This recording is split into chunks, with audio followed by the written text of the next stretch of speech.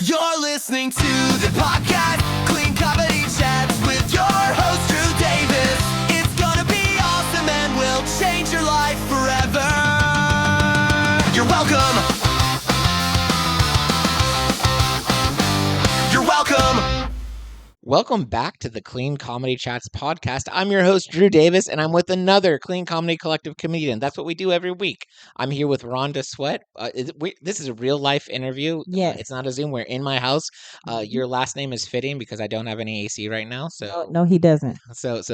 We are literally sweating. But you sweat all the time because that's I naturally glisten. Listen, So it might be an extra gliss on the glisten today. It looks like we're both glistening a lot, and that's okay.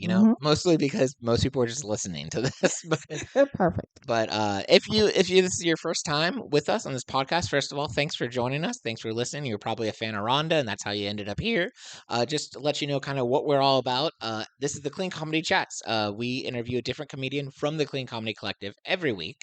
And we just get to know them. It's a way for me to highlight their accomplishments as a comedian. It's a way for you to get to know them, maybe discover your favorite comedian. And I'll be honest with a lot of the comedians from across the country, it's just a way for me to make new friends, honestly. That's the big thing. As I thought to myself, I need more people. So let me schedule. I'm an old friend though. But yeah, I've been around. Yeah, you have been around. Actually, I was going to tell you this. This is really cool. That when I moved back to Nashville, so I'd been doing comedy for a while, and then I moved away, and then I moved back to Nashville, and I was like doing more comedy. You were like my first friend in the scene for like round two, if that makes sense. Like you were like, it was at Madtown Coffee when they used to do open mic there, and I don't know if you sat down next to me or I sat down next to you, but like I didn't know any of these new Nashville comedians that I was seeing, and you were just a really friendly, nice person, and so Thank you. I was raised that way. that's good. And that is the correct way to raise. To be nice to people. Yeah, it would be weird if you were like, actually, I was raised to be terrible to people, and I was like, you never mind, I'm gonna be nice to people instead. So Rhonda, you're a Nashville comedian. We're both in the Nashville comedy scene. So, and anyone on our website, cleancomedycollective.com, if you hit Tennessee under the comedian section, you can find both me and Rhonda there and learn more about us. So I guess I'm really excited about my first question for you, which is, you just were like published and talking about the Nashville comedy scene. Like there's an article out there. I think, and I'll edit this out if I change my mind, but I think I'm going to post like a link to that article on any of our episode notes. So if people want to check it out later, they can. But tell me about because I haven't read it yet. Tell me about that article. Thank you, friend. Thank you so much. We're so good friends. You were my first Nashville comedy friend when I moved back to Nashville, and I still haven't read your stuff yet. Yes. So I was contacted by the Tennessean. And the young lady, she wanted to talk about the comedy scene and how it has changed in Nashville. And so that's what we talked about. So, of course, I talked from my perspective. I'm not a full-time comedian, those listening. But if you would like to make me one, you can help with that. Yeah. You are more than welcome to help.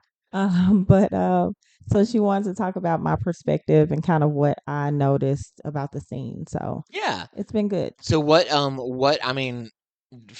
tell us about what your perspective and what you know about the. I don't, we could still read the article, but like, give us what are your thoughts on that? So I told her it has grown from when I started to now. I think maybe my example was maybe it was 30 comedians signing up for open mic at the East Room. Yeah. And now it's like 60, so it is definitely grown. I just kind of reiterated, she asked, if money comes into play. And I just made it very clear that open mics don't pay money. Absolutely not. Yeah. And so don't expect that if that's what you're wanting to do immediately. Money comes later. And I kind of explained the difference in just being a female comedian versus what I see for males. And unfortunately, I still see the same thing. I think people really struggle with listening to women still. Right. I think, they're not, they don't boo us and throw tomatoes or anything, but you can kind of see people's faces and kind of their, like the math problem, like that meme with all the math. Right. Absolutely. I'm like, oh, what's happening? This lady's funny. Yeah. So, just kind of my experiences there. And you have like more barriers from the minute you get on stage being a Yes. woman. Like it's not impossible to break, to connect with them, but No. it's like you have a couple extra steps that maybe we don't always have as guys. Mhm. So Yeah, it's not impossible, and you can do it, and we've done it well. A lot of women have done it extremely well, but it's still there. And also, we talked about, let's see, just as a woman, my experiences are different from maybe my audience, mhm. especially since I'm an older individual. She was like 27, 28, right? Thank you, thank you, thank you. I'm 48, and if I get famous, they might take that out and be like, "Never say your age." Like, so that's fine. But Or that will be like absolutely part of it is like she is a legendary 48-year-old comic. right, Like yeah, it's whatever direction you go, they're gonna be like, man, it's like age will be part of what makes you wonderful, whether you're yeah, young or old. They're like yeah. she's so young or like she's old, like and she's great. So it's Exactly. So I was just, explaining to her that, just kind of coming from different angles, I have to, you gotta kind of be creative because I can't come as a mom talking about being a mom in front of people with no children, that's a good but point. I can talk about a mom or, just kind of switch the roles a little bit. Right, because So everyone's had a mom. So everybody's had a there's a mom, shared experience so they there. So yeah. understand, but they don't understand like chasing your kids down the street or so Yeah. whatever you have to do as a mom. So just those little nuances. Yeah, that's cool. Well, I'm so glad that you got to do that interview, and I'm so glad that they Yeah, I'm very asked thankful. that you did it as well. So, and so when did you start doing comedy again? Okay. What a sigh. That was Aside. Okay, so let me just tell the story. I So love I it. had this boyfriend once upon a time, not long ago in Nashville, Tennessee. Rhonda was connected with a nice young man, and this young man thought that I was so hilarious. He would laugh and laugh and laugh and say, "You know what, Rhonda? You have really missed your calling." And he would say this consistently throughout our 7 year long relationship. So somewhere along the way, I said, "You know what I should do? I should take a class and surprise him with it." Yeah, So I looked into it, and Third Coast Comedy Club had a class, and the showcase for that class was actually on Valentine's Day. that's so cool. So cool. So I took the class in secret. It was 6 weeks long, I think. Yeah, 6 weeks long. Sean Parrott was my instructor. And so I took the class and I surprised him, and it went really, really well. Yeah. Yes. So that was February 2020. And everybody knows what happened March 2020. Yeah. The world shut down. So the world shut down, and I figured everything did shut down. So I didn't pick up comedy for another year and a half. But this time around, I felt God tapping me on the shoulder Mhm. and saying that, you have a lot of prayers, you have a lot of requests. This is my avenue to answer some of those. Absolutely. So I had to get back up and I decided to take the class again. I took level one again with Mark Knudsen. And he was like, "Rhonda, you don't need this class." And I was like, I'm going to do it. Mhm. And so I took level one, level two. And after that, I've been doing comedy ever since. Yeah, that's great. And also, me and you both teach at Third Coast Comedy Club. So Yes, we do. we're so whenever I talk to people who like teach or do classes or have done classes, this is a question I ask about because there's like this there's like the debate as to like what's better, just doing open mics or just going to class, or like is there a space for both? Or I've heard plenty of people, I've heard especially you hear a lot of people like, oh, classes are useless. That doesn't help with stand up comedy at all. And I've heard from comedians who like especially in doing this podcast, a lot of the people I interview, because I feel like it's the case with a lot of clean comedians, like, oh, you don't need open mics. I don't get anything from open mics, and it's because usually most open mics are dirty and they don't want to go do their clean stuff at dirty. Side note, Hmm. I think if you're gonna work at open mics as a clean comedian, go to the dirty ones. If your stuff works there, it probably works in other rooms. I agree. So, Very good advice. but so I guess where do you stand on the great debate of what's better, classes or open mics? Is there a space for both, or like, yeah, what are your thoughts on all that? I think you can definitely, there's definitely space for both. I'm gonna say open mics are more. My mic is cutting in and out. It is cutting Is in it? and out. Do you want me to back it up? Back it up a little Back it up. bit. Let's see that out. Just told me to back it up. Y'all hear I did that? back it up a little bit. So I think that uh open mics, let me answer it this way. If you want to get good, you need mics. Mhm. You can be a wonderful writer, but not necessarily a wonderful performer. Mhm. And open mics is what helps you connect the dots between your writing style and your performance style. So if you had to choose one, get to the mic. Mhm. I don't recommend that anyone just do one. Right. Just you need to have some type of writing style. You need to be able to put a joke together and know how to carry it to the end, to improve it, to what happened when it didn't go right. Right. And some of those things are, usually are in the writing, not you standing up there talking. Yeah.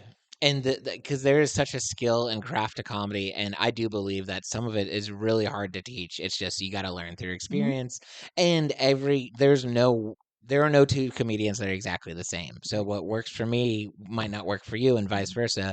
So like I know, especially when I first started, and it's something I try to do in my class. Like I tried all the different styles of writing, and some of them helped, and some of them were like awful for me. Oh, okay. And so like when I teach now, like I have like a joke writing exercise at the beginning of class that we do. Hmm. And I tell them like you probably won't love every single one we do each week. Hmm. But the hope is that like there's one that really connects and you're like, okay, well this is gonna be part of my joke writing process, you know? Okay.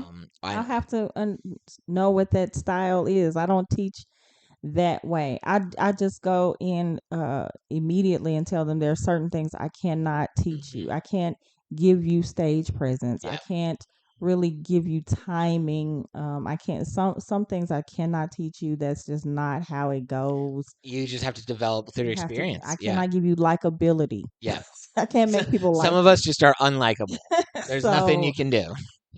so I just, I try to paint that picture very clear that, hey, this is really just about, the skill of Mhm. writing Yeah. and getting and making it funny, and Yeah. however you want to apply that. A lot of my students don't even want to do stand up; they just want to be funnier, in at work. Yeah.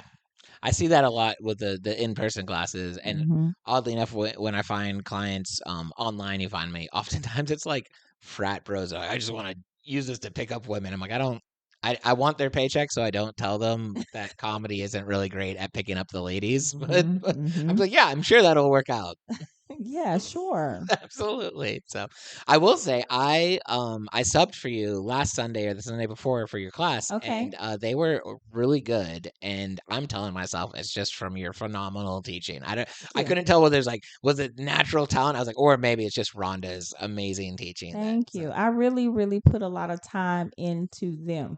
Hmm. I go over the skills and kind of the mechanisms Hmm. of teaching or comedy or just how to write it. But the majority of my class time is really just diving into them, their style, their voice, Love that. and kind of giving them a little boost because I want them to do well, Yeah. even if they only do it one time. I don't want them to be like, this lady set me up for failure. Right. So So that's yeah, it is funny. I always do give them a disclaimer in the classes because, like, the class is a very nice supportive setting, and a yes. lot of folks who take the class love the community aspect of it. Like, we're Mm-hmm. in this together. After each routine, you get the instructor's critique, but then you also get the encouragement from your classmates and stuff like Right. that. And I'm always like you said, I'm always encouraging them go to open mics, get that. Get the more experience, the better, the more stage time, but I always have to be like, also, open mics are not like stand-up class. Like they do not pause after your set to be like, okay, let's talk about all the nice things about your Right. routine. Like so, Right. like it's just let them know. Like now, I have a twofold question for you. One because you're an educator of comedians, I'd love to hear if because we have a lot of new comedians that listen to this podcast or people getting into it. So Hey. I'd love to hear kind of if you had any good piece of advice for anyone starting comedy, that'd be like, what would be your one good piece of advice? I think it also would be fun to, if there was one thing you could go back in time and do differently when you were a new comic, what would that be? So those are the two. Take them however you will. Let me start with what I would do differently, and maybe that'll spark an idea of one piece of advice. I would go back and record every set That's a good one. and record every show. Because I've had some really good shows and some really good sets, and that I don't have evidence of. And now, 5 years in, I think Hmm. I need that. Yeah. I need that documentation that I actually am funny.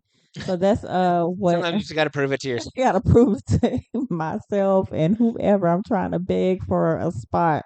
So that would be what I would do differently. My advice to someone new coming in is okay, question to your question. Okay. Is this someone that wants to do it full time, or is this someone that just is picking it up as a hobby? That's a good question. I always feel like when people start, they're not like necessarily like, oh, I'm going to become full time. Like I know, like in my class, I talk about how, like, hey, for me when I started, it started as a hobby or just something fun, and then it developed into more of a side hustle, and then it developed into like a job. And Mm-hmm. I don't know. Sometimes you have people. I guess you might have people that like start on week one, like, this is going to become my job. It's like, but I feel like there's a lot of hoops we have to get through before we're like, people should pay me to do this. I think it is. I think ultimately, I guess and this is gonna sound so cheesy. I apologize up front, but the best advice is be funny and have fun. Even Okay. if you're not as funny, people can feel when you're having a Mhm. good time, Yes. and that can sway an audience. It makes it such a difference. It That's makes a that difference. To have fun is like the first thing I tell them in my class. And it's because it Mhm. was the first thing that right before I did an open mic for the very first time ever, I went to a comedy show, and then I met the comedian afterwards. And I was like, hey, I'm trying this for the first time. He's like, and I was like, what advice do you have? And that's what he said. He said, had fun. And his reasoning was, if you're having fun, they're having fun. And then he's like, and if you're not having fun, or if they're not having fun, F them, you're still having fun. That's what, like, he told me. And like, Mhm. it's like stuck with me. But then as I've done this more, I also realized it's when you're on stage having fun, your performance is better, like you were saying. Like, Mhm. and that's, You're looser. It yeah. feels more like a conversation, which appears more Mhm. professional. Yeah, It absolutely. did it And again. I also liked that you talked about recording. That could have been your like good advice for new comics, is It could have record been. everything. Yes. And I think that's very good. And you mentioned because you've had good shows, but I know me and you have done shows together, and I think about how we've had like weird shows together. Very. So I was, Weird is a really nice yeah, way. we've done some strange shows, Yes. and I feel like that's part of comedy. I also feel like, especially when I do find the weird ones. I enjoy the weird places. I mean, don't get me wrong, a comedy club, a theater, they're fun too, but there's just something about going home and be like, I just did comedy from the bed of a pickup truck in a dog park. Like, there's just Mhm. Mhm. like no one, when you go to work the next day, no one's gonna be able to top that story. You're right. So, but we did a show one time where you had to deal with a person like proposing during the, yep. Yes. Yes. Someone proposed with no words. So it was such a letdown. It was, A came out. First of all, they told us ahead of time and asked us how, and I'm like, cool, all right, we're gonna do it. Give me the nod. I feel like when you said ahead of time, they literally told you slash us as the comedian before you was Yeah, performing. well, at least they didn't come out and be like, excuse me, ma'am, can you stop talking, ma'am? Yeah. I have something to say. But he said nothing. The plate said it all. The plate said, will you marry me? She looked at the plate. She answered the plate. And I'm looking at the man like, hey, you gonna say, you gotta say something to her. I love you. Yeah, and Glad you came. Glad you said yes. he just like grunted. And he said nothing. Yeah. He was like, I don't have to answer to you. Yep. The plate said it all. So it was very weird. I also think this is a great place for me to make the public service announcement of anyone listening. Don't do your proposal at a comedy show. I It was a Valentine's Day weekend thingy thing. okay, so maybe that's So that's I just think it's like, hey, you know how the tension's on you all? Let's take that and put it on mhm. me for a second. It was strange, but that was a fun show. Yeah. It was a really fun That show. was a good one. That was a good one. Mhm. It's made me have done no effort to this, but it's made me think about how the like a good business plan for a comedy is reaching out to some of these hotels and like because since then I've done a few different hotel shows, Mhm. and I'm like, oh, there's a market for this. People, so Yeah, but, people are there. yep. So, So, but I haven't actually. well, let me know when you're ready. Yeah, we'll do it. Yeah, we'll do it. So I that was a tangent to my question I was going to ask you, which is like, what is maybe one of the weirdest shows you've ever done? Hmm. Weirdest show. Oh my goodness, it is so many of them. You at least have at least 3 to 4 a year. You have Hmm. one each quarter. Let me just think of something real fast. Let's see. Yeah, as you're thinking, that's something for Mm, new comics to understand is like you when you get into comedy, you think like Netflix, you think comedy clubs, you think maybe you think like bar shows, but like when you start out, you're no one's hiring you at Netflix, no one's hiring you at a comedy club. You're no. going wherever some random person is putting on a show, and it could be at an arcade, it could be at a juice bar, it could be in a living room, honestly. Right. It could be the bubble factory. It could be Right? anywhere. Yep. A funeral. You just Yep. never know. I think one of the weirdest shows I did. Okay, so I was hired for a birthday party. It was some Clarksville, somewhere kind of out of the city limits a little bit. Yeah, those and the weird shows are always out in the middle. It's never like Yes.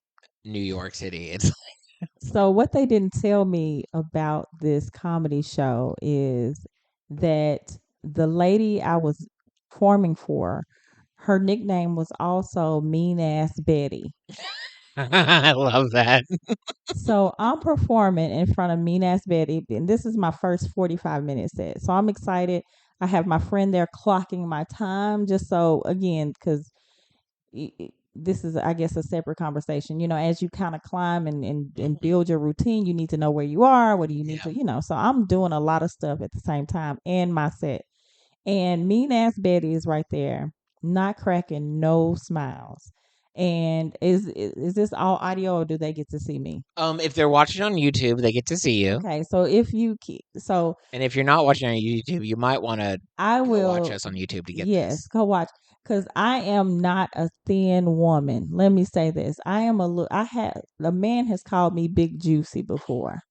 Okay, so Big Juicy is performing in front of Mean Ass Betty, and then her husband is on the other side of Mean Ass Betty having the time He's having a blast. of his life, right? So he is cracking up. And every time I look at the person I'm there for, she gives me the stone cold get out my face look. Like it is the craziest thing happening. So eventually I wrap up my set probably early, probably about 15 minutes early. And I just turn it into a host. I just turn into the host. I'm like, hey, play me this song, get up and dance with me. I just start the party because Mean Ass Betty was not happy to hear me. She was bad because I have a joke about kind of working out and the body yada yada joke and all that. And I was doing. I mean, I was performing, and yeah, She wasn't having it. she was not. I was really hoping for like a great resolution at the end. And then after the show, me and Ass Betty came up to you and was like, hey, that was so much fun. No, Nope. Okay, no, that was- no. I left. I don't think I even ate. I got myself together. I got them up dancing, and I let the lady know I was leaving. She enjoyed it, Yep. but I left. That happens. You can't entertain everyone. You can't please everyone. No, you So, cannot. but I'm sorry. That's on her then. Everyone else, I'm sure, had a great But time. that was it was one of the weirdest shows. That is a weird one. And sometimes sometimes the weird ones can be the most fun because and then like a fun story later, but sometimes the weird ones make you think like, why am I doing this? Like one of those Why are we here so right now? yeah. What's your why for comedy? I feel like everyone has like they have to and sometimes they don't realize it when they get into it, like why they're actually doing it. But like I feel like as you develop, you figure out like what motivates you with comedy. I'm gonna say I did not have a why in the beginning. I just felt like I was good at it, and it was like, cool, go for it, you know. And like I said, I did feel like God was like, hey, you know, do this. Mm-hmm. But as time has gone on, I have a couple of whys. One is to invest in me Mm-hmm. and bet on me. Growing up as a woman, you might not know, Drew, No, I know you're a woman. I just like, but as a woman though, we pour into other people so much. And and sometimes we never really get an opportunity to do that for ourselves. So one of my whys is, you know, Rhonda, at least bet on yourself. Take the time to at least try. yeah. And then the second why is, I think one of my gifts is to a gift of encouragement, and it's just to make people laugh and smile and feel welcomed. Mm-hmm. Like a lot of people, you know, you just seem really nice and da da da, and so I just want to exercise the gift that has been given to me. Yeah, I So love those are that. my whys. And your welcomingness really comes out on stage too. Like I've seen that before a lot. I run a monthly coffee shop show, and Rhonda is like a solid pick for that show. Like you just Thanks. you bring in the energy, and coffee shops lend themselves to like welcoming, friendly, nice guy vibes. Or Hmm. thanks for your nice guy vibes. Thanks. So, but You're welcome. I try. Oops, sorry, that was me. that one was on her. But in her defense, the microphones deserve occasional abuse, because they've been shortened. So, um, and then kind of a similar question: what are some comedy goals you have for yourself, whether it's long term or short term? Just in general, what are some what are some things you're trying to make happen? I would like a good special or two. Hmm. That would be nice. HBO, Netflix, Yeah, Showtime, Peacock. I don't know wherever they happen. I would like Disney Plus. a hey, if you want to bring me in Disney, I'll come. I would like a special or two. I would like to. I do like to write. So I think I want to try my hand at maybe Oh yeah. sitcoms, writing things like that. I don't know if I want to act or just which way, Hmm.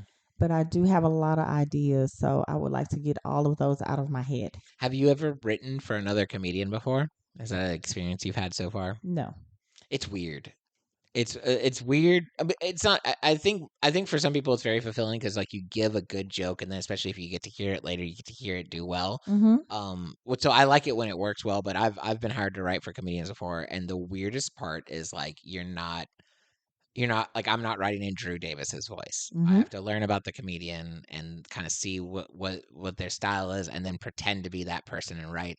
And it's like if it's a weird exercise, like of I'm gonna try Mm-hmm. to write something funny and not my voice. Mm-hmm. So I it's think it's a cool yeah, exercise, though. I definitely would if somebody wanted me to. yeah, I give a lot of advice, obviously, as a yeah. teacher, and just people kind of asking on the side. People want to write with me a Mhm. lot, but nope, never been paid for it, Drew. Hey, well, you start giving me some good jokes, and we'll see what happens. Once after I have, I'll instead of getting podcast equipment, maybe I need Right. some better jokes. Right. But Maybe I'll invest. I'll invest, and you put my logo behind something. I don't right, know, like right there. right there, yeah. So well, then let's get into our three questions that we have from this is our Ask a Comedian section. So if you're listening and you've never heard about this before, you can reach out through the podcast, through anything you're listening. You can send us mail. On YouTube, you can make a comment. If you follow on Instagram or what's the other one? Facebook, Threads, Drew Davis Comedy is a Mm. Clean Comedy Collective.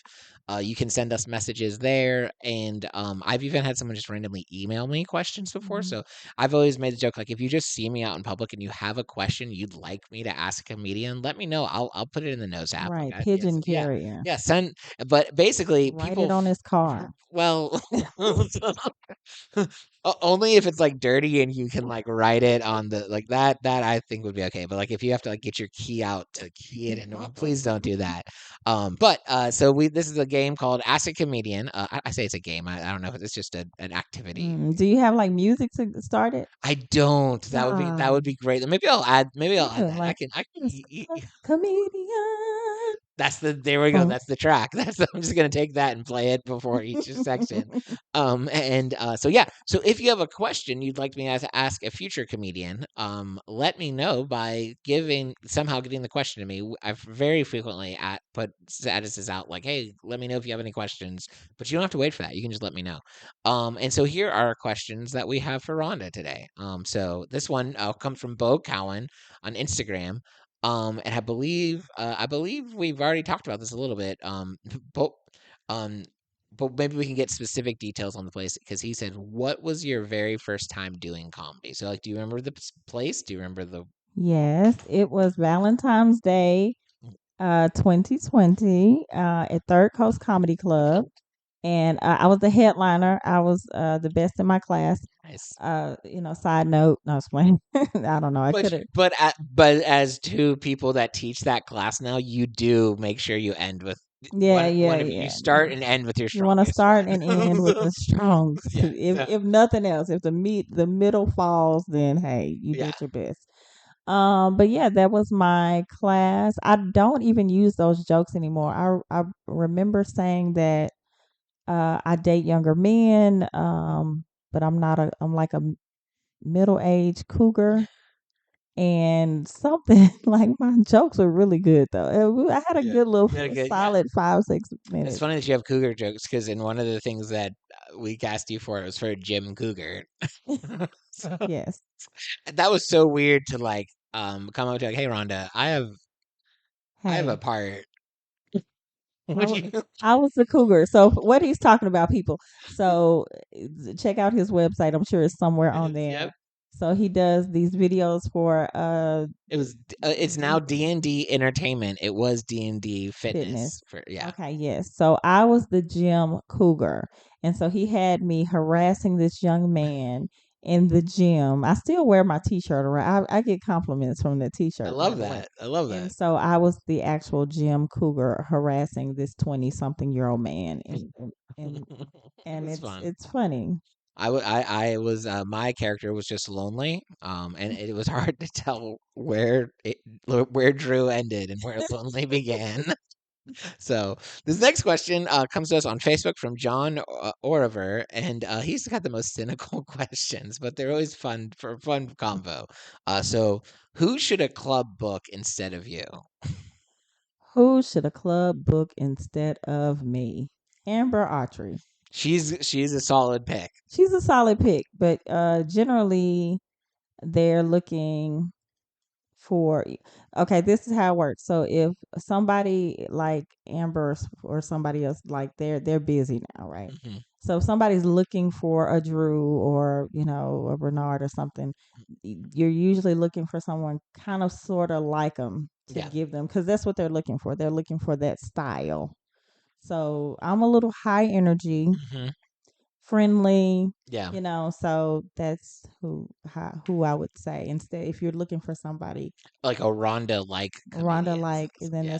then she's much better than me. But So depends. I mean, the one thing I learned in comedy is humor is absolutely subjective. So yeah, there's I mean, she is hysterical and you're hysterical, so it's nothing to each or either of you. But but you understand what I'm but saying. yeah, there It's is someone. like Yeah, a like for like is kind of the absolutely. usually that's what Well, they're looking for. especially when you produce shows. So we both produce shows. Like you don't I definitely I always look for funny comedians, but sometimes unless you because some people book only like the for lack of a better word the same looking comedians. Like that's the Yes, they know that's the vibe for their audience. They know yes. maybe that's their personal preference. Like and comedy's not fair. Whoever's producing the show, Mm-hmm. it's they make the rules kind of thing. Right. But like I know like I do this and I feel like you do this because I've seen the shows that you book too. Like you put like a diverse cast. Like Mm-hmm. the idea is like there's going to be something for everyone. Yes.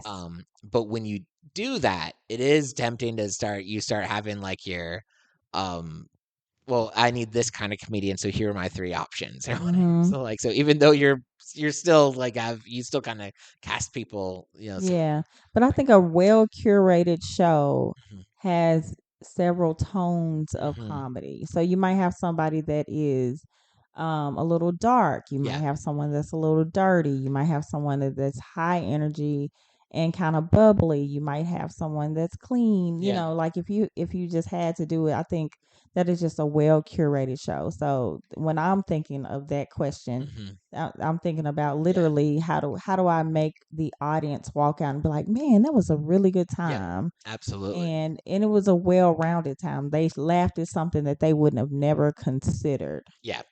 And funny. I like it when even because some, I mean, showcases are fantastic when you have, because you can, Hmm. if everyone's doing 10 minutes, you can have 10 minutes of very different comedy, you know, four or Yes. five times there. Hmm. But even when you have like a traditional show where you have the headliner doing the bulk of the time and then a feature and maybe an opening spot, like Hmm. I do like it when the feature and headliner are Are different, different. right? Like Hmm. so, um, I don't think it needs to be. I think I've opened for a few people that I normally don't.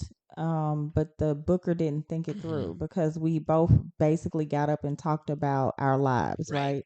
And so if it's another black woman or even an older black woman, then Mhm. we're basically talking Yeah, about the you're gonna same have similar, thing, yeah. similar jokes throughout the way. Of course, we have different ways of getting to the joke, but the premise is the same. And there is like a, for an audience member, you can hear jokes about the same topic enough, like where it gets to the Yeah, point where you're yeah, like, you don't want to. yeah, Yeah, so if I had someone opening for me, they would probably be a little more deadpan, hmm, not necessarily a male, but just kind of a different wave. You know what I'm right. saying? They don't bring the same energy. I occasionally am at a point where people ask me to bring a feature, and I look for, I don't want to say I look for, but the what works best for me are like married females, Hmm. like married women, like that because they're gonna have jokes that like have nothing to do with what I have jokes about as Right, and so it's not. Again, it's yeah, not a.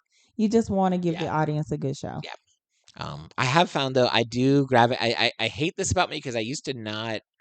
I used to swear that I would never do this. I do if I'm booking someone. If I get to pick the people on the show, if I'm headlining, I will gravitate towards cleaner comedians, even if it's not a clean comedian Hmm. or a clean show. But that makes sense, though. Because it just with my overall act, it's better that if they hear more clean before. It's just a weird vibe if but as a clean comedian, you have to, I feel like if you want to excel, you have to be good and confident enough where you can follow a dirty act and not let it like throw out your I feel comfortable enough being like, no matter who goes before me, I'm gonna win the back over. And I Hmm. think that's important.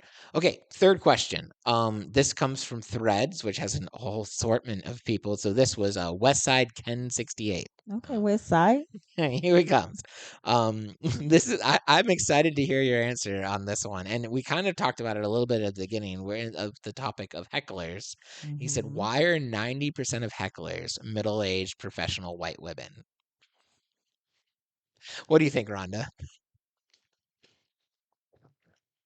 Since I am not a white woman, I truly cannot speak for them, but I think I love this. Every moment of this is he is fantastic. really enjoying this because that woman probably loves my comedy and enjoys seeing me and comes up to me after the show and whispers, "You were my favorite. I just want to let you know." As she So was talking to you during your entire set. the entire set. I think there are a variety of things going on. What's the white woman? Um, Middle age. middle-aged professional white woman. Okay, so let's make this woman a person. Okay. So she's middle aged, she's 40. She just got off from work and she's white. Um Chances are she's drunk. Mhm, She has come to the comedy show to have a good time and doggone it, she had a good time. mhm, Okay. So she pre-gamed before she came. She had some wine on her way out the door. Okay. And she got to the comedy show. And now you're in front of her, West Side. And and you seem friendly because most comedians, our number one goal our second goal after being funny is being likable. So she really likes you and she wants to talk to you. So, and then she has been talking to people or being talked at all day because she's a professional. And so, what I'm gonna say for let's see, Bethany is that I was feeling Susan, but Bethany works. I work with a Susan, and well, Susie. No, you know what? Let's go with Susan. What I'm gonna Okay. say for Susan is just drunk. Okay, just chances are Susan is drunk, Mhm. and she is just letting loose, and she's used to talking. She is used to talking, and she probably is used to having her way a little bit, and not being told to shut up. So that's what's going on Yep. with Susan. So give Susan some grace and let her chatter a little bit. Now shut her down now, especially if you the host. Yep. Don't let her ruin everybody's night. Don't let her do any of that because that is rude to everybody in the room. What a good point that not enough people talk about. Is sometimes as a host, it's your job to be the bad guy. It is your job to shut Susan down. Yeah, like people will hate you, maybe, possibly. Actually, the rest of the room will probably like you. The rest of the room will love you. Susan is Yeah. mad and probably calling the cops if she's also Mhm. a Karen. But Hmm. hey, Susan, this is a public place. It might not be. It might be the park, and she didn't know you was gonna be there. Right. But we have the right to tell comedy today, and we're gonna do it. So, that would probably be my answer of why. But That's a very good answer. That was mhm, a strange curveball question, and you handled it like a champ. because I am a black middle-aged professional woman, Hmm. and I know how to. Let me tell you something about black women. I'm just kidding. I know how to handle you. What you do is be glad that it is a white professional Hmm. middle-aged woman and not a black professional middle-aged woman because that role's gonna be different. Yep, That heckle is gonna be different. it is a different It's atmosphere. gonna be a different energy, you Yeah, know. it is something. Listen, room full of black middle-aged women, they are either the most supportive audience member, like just, Absolutely, like absolutely. church potluck ladies Hmm. to the or like the voice judges. And like will let you know right then and there. But it's probably still gonna be a good time though. I think so, yeah. Like we're just usually a little kinder, you Yeah. know. Now, granted, like that kindness might come out may seem roastish. Hmm. Is that a word? Yeah, for But sure. usually we're a little kind. Well, Rhonda, this is the point where you get to give us any shout outs and plugs. This episode, in case you're wondering if it helps you with what you want to plug, will be coming out the second weekend in August, second Saturday in August. So, and I don't know what the date. Actually, this is weird that I know this, but that's August 8th is when it's going to be coming out. Oh, So, August so 8th. What do I have going on? See, this is when you Drew should have told me that, so I could have thought about I'm it. so sorry. You can It's also tell them where okay. to find you on social media, and we also will in our notes section we'll let everyone we'll have where people can click to your stuff Hmm. and Hmm. follow you, and maybe I'll maybe I'll find the article, maybe I'll read the article and You then know, share that it'd be down there nice. too. If Yeah. not, it's fine. Friends. Let's see. On Facebook, I think I'm Rhonda Sweat. On Instagram, I'm R Sweat Comedy. That's RSWEAT Comedy. I have a TikTok. I don't know what it is because I don't post to it, but maybe one day I will. So That's a you have to find it. That's the game. Is she has a TikTok? Can you find it? I cannot find it. Can you find it? If you find it, say something to me. Comment below what her TikTok is, and Comment we'll let below. Rhonda know. Let's see here. What does it say? Oh, Rhonda Sweat Comedy. So my full name RHONDA SWEAT Comedy. There I am. Ooh, There it is. Yeah. look at me. Let's see. In August, I'll be in Chattanooga. There's some type of competition going on Cool. at the Comedy Catch. That's a good place. It I is. enjoy. Have you worked the comedy catch before? I have. I've gone down and maybe two, three times. And I don't know exactly what this is, but this is again why people should tell you ahead I'm of so time. sorry. Well, in my defense, I do this with every single episode. So if you'd listened to an episode before you came here, Mm, mm, mm. So that's August the 12th. And so if you're in Chattanooga, come see me August 12th at the Comedy Catch. On August the 15th, I'll be at Land of a Thousand Hills. And I think I might be on that show too. yes, maybe. I don't know. August 28th. You might see both of us if You you get might that see show. both of us. August 28th, I'm also in Clarksville at Joker's for a She Hilarious. Hilarious. She Hilarious. Love it. So that is I like August. Jokers. I know we've done Jokers before together at the same time. I that's a cool it's a cool place. Yes, I'm sorry. Got me on my social media, So so catching up, responding to people DMs. people talk to me and I'm like, "Oh, I should read that." So I love people. I do. I just have ADHD, so the it people that takes send me a you minute. reels every day, I'm like, I'm not gonna watch all those.